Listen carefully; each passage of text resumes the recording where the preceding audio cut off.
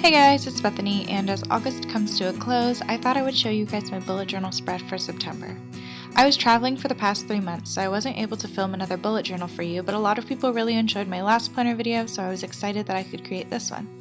You should also keep an eye out for upcoming travel videos. I'm really excited to share those soon. For the month of September, I wanted to keep the spread simple and easy to use. I didn't use the full calendar spread from my last bullet journal video because I didn't need such a large calendar, as most of my deadlines and my schedule is kept on my phone. So I created a small calendar to the left side of my cover page for this month, kind of like an at-a-glance view of the month. For the cover page, I wanted to create a fun transition to fall piece, so I painted a woodland scene with a little deer drinking from a stream. I used a lot of yellows and browns to create the foliage, and a gray and blue for the aspen trees and the stream. This month's habit trackers are sharing a page with the monthly overview spread.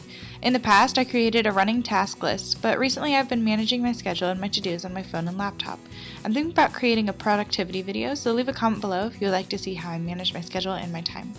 For my monthly overview, I list the dates of the month and then will put in events and deadlines that I have upcoming so I can see it from a glance.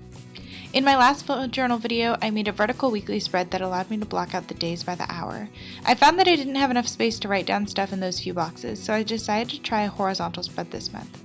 I'm continually learning what works for me and trying out new spread formats, so I'll let you know if I end up liking it. Thanks so much for watching. I really hope you enjoyed this video. Per usual, like, comment, and subscribe if you liked this, and I'll see you in my next video. Bye!